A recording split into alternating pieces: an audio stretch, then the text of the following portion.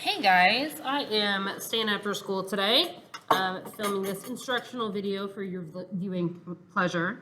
The first thing I need you to do is I need you to head over to the drying rack, and with your completed watercolor technique sheet, make sure that your name is someplace on it. You are going to take this and you are going to put it into the yellow basket on my desk.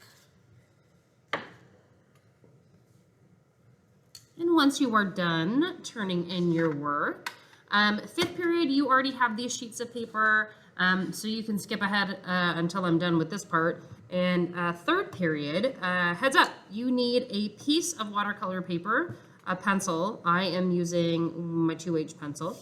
And you also need a ruler because we are going to be creating a watercolor mixing grid. And we need to make the grid on this paper with our rulers. So you are going to be making marks every inch along all the sides of your paper. You can't just guess and do on an inch on one side of your paper. You need to actually pick up your ruler, slide it to the other side of your paper, and measure again. Make sure that the zero, so where you start your measurements from, is the same on both sides of your paper, so you're not flipping your paper around or your ruler around. Because though this paper is supposed to be 9 inches by 12 inches, it's more like 9 inches by 11 3/4 inches. So it's not quite, it's pretty close. It's not all the way to 12. And then your lines would be a little bit wonky.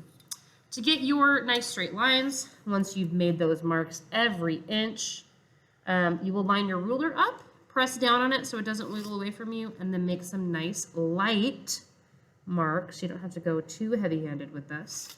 And you will make those marks all the way across the page.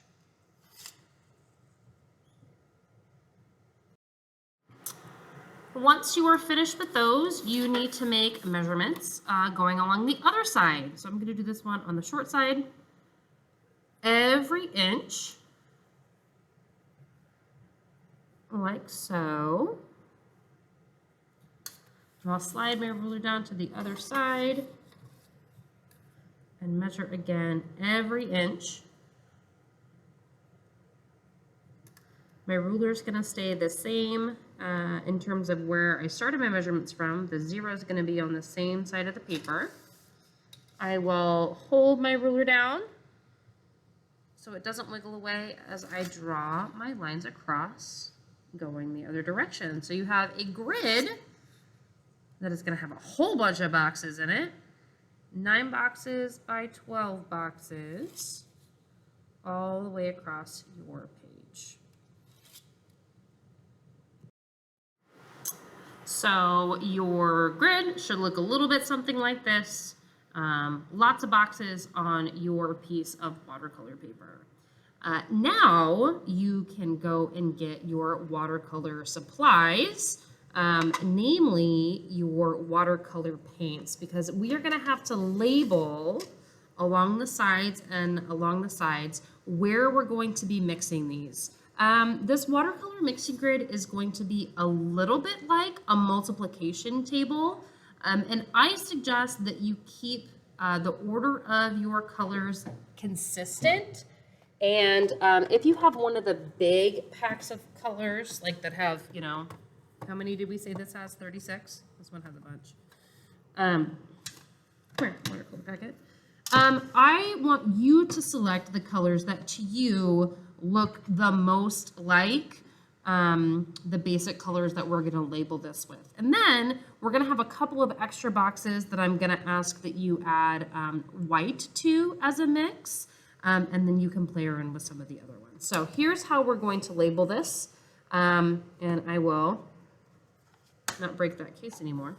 I'm going to start by labeling them in the direction that I have these colors. So this one is going to be brown. The top row of boxes is going to be where we add our colors.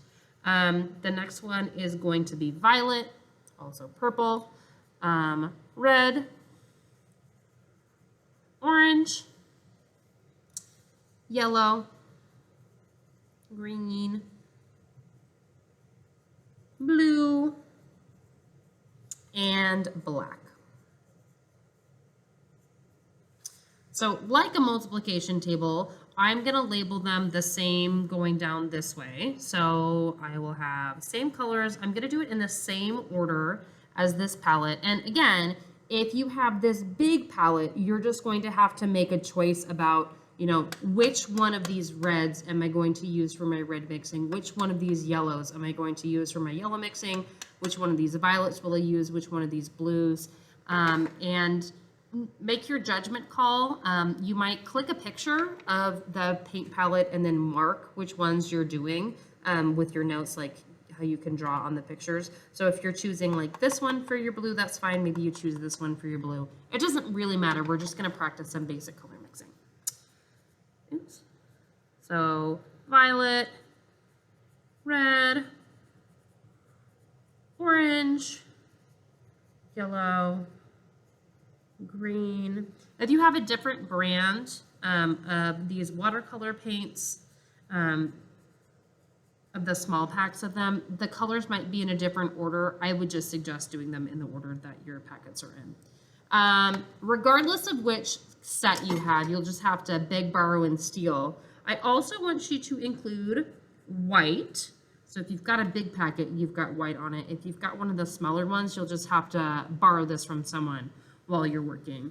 And maybe you add in another color, like, I don't know, light blue you could play with. You could play around with the pink. This set has some really intense saturated pinks.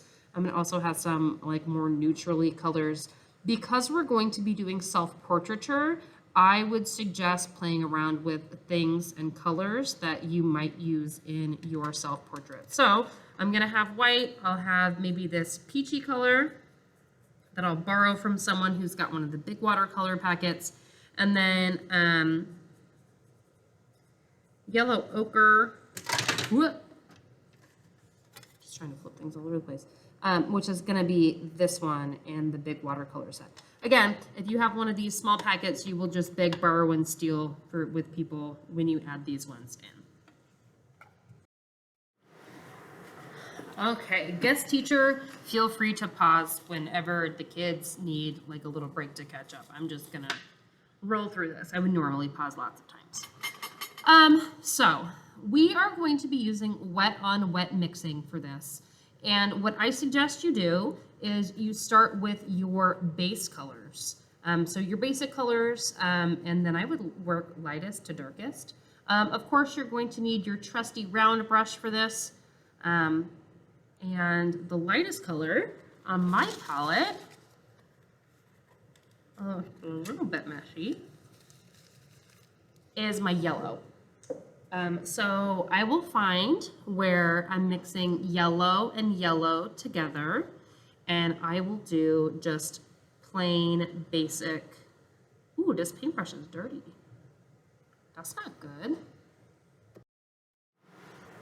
All right, shame on whoever put a dirty paintbrush back in the paintbrush bin. You were using pink, shame on you. So, take two. How are you still this dirty? Excuse you, how rude are you, pen?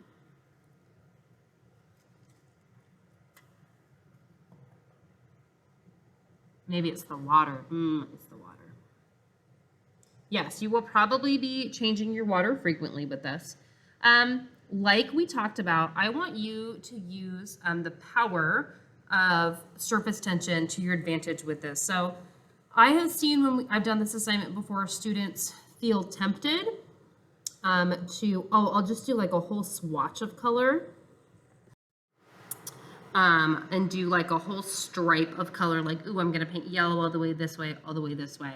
But as you noticed with our watercolor mixing techniques, that those colors will start to blend and mix together and get a little bit muddy and messy. And that is not what we are going for. So this is what plain yellow looks like. The next lightest color that I'm going to do is orange. So let's start with some clean, clear water on there. Get some of my orange. Remember, we are not trying to do super, super intense saturated colors. Watercolor is about building those translucent layers. So the tiny little 1 inch by 1 inch washes that you are doing should not be super saturated. Up next, ooh, I actually think that violet might be my next, or maybe green.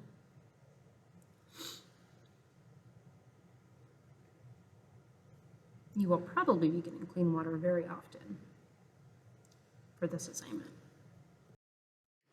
Okay, so this is just green. And it's where my green and my green mix together. So I'll finish this up with just all of my true hues all the way across, just so that we can see what the colors look like by themselves. Okay, now that I have all of my base colors done, what I'm going to do is I'm going to kind of skip around in a checkerboard-like pattern, and I'm going to mix together the different colors and see what happens. We're going to use the wet on wet technique.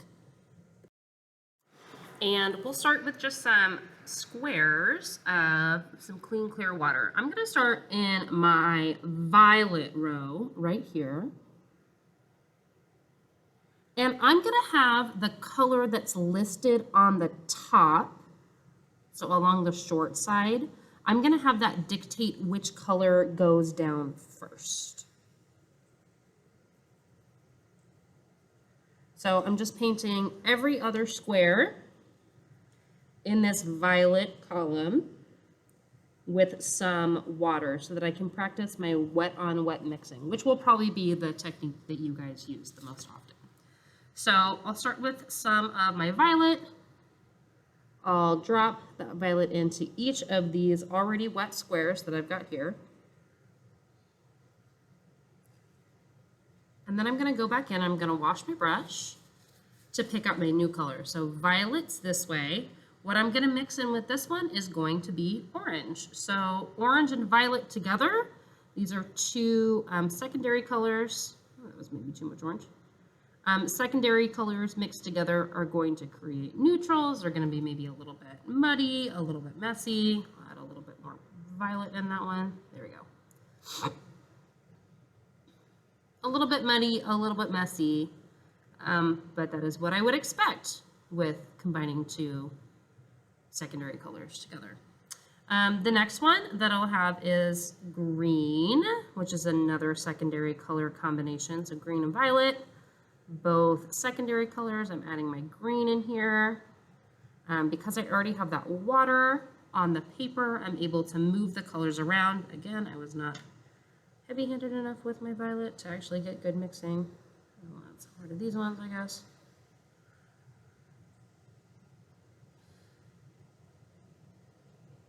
There we go. This one's more of like a gray-y, neutral-y color right here. When I mix in my black to my violet, I'll get a shade.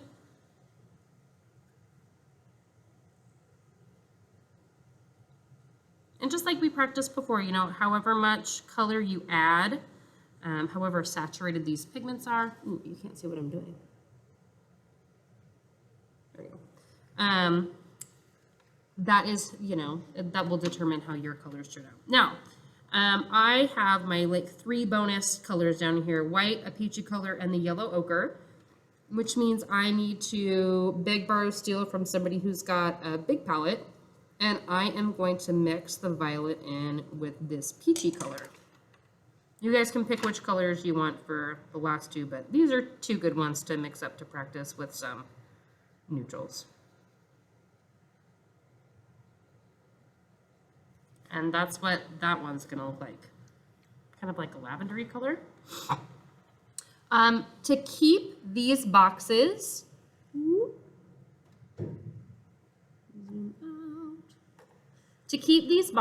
from mixing and blending, obviously we're gonna have more than one day to work on this.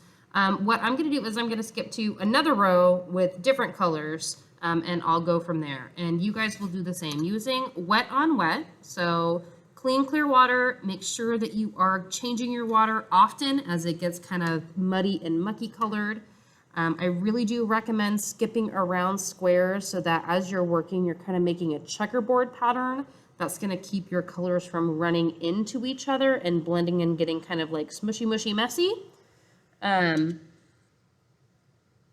you're just going to work on mixing these squares together and practicing with watercolor mixing. So again, I'm going to use the orange is going to be my guide. The color that's at the top is going to be the one that I add first. So we'll add some orange.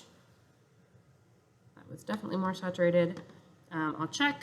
Violet is mixing into orange. Now, because I started with violet on this one, violet was my base color, and orange is my base color here, I might come up with a slightly different desaturated color.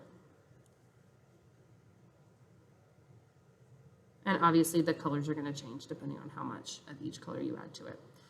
So be good, work on this, change your water frequently, and wash your paintbrushes at the end of the class period so that the next group doesn't get a bunch of messy paintbrushes like I got with mine that set me back like 10 minutes in this demo. Shame on you, whoever used this paintbrush yesterday. Okay, I'll see you on Wednesday. Stay out of trouble. Bye, guys.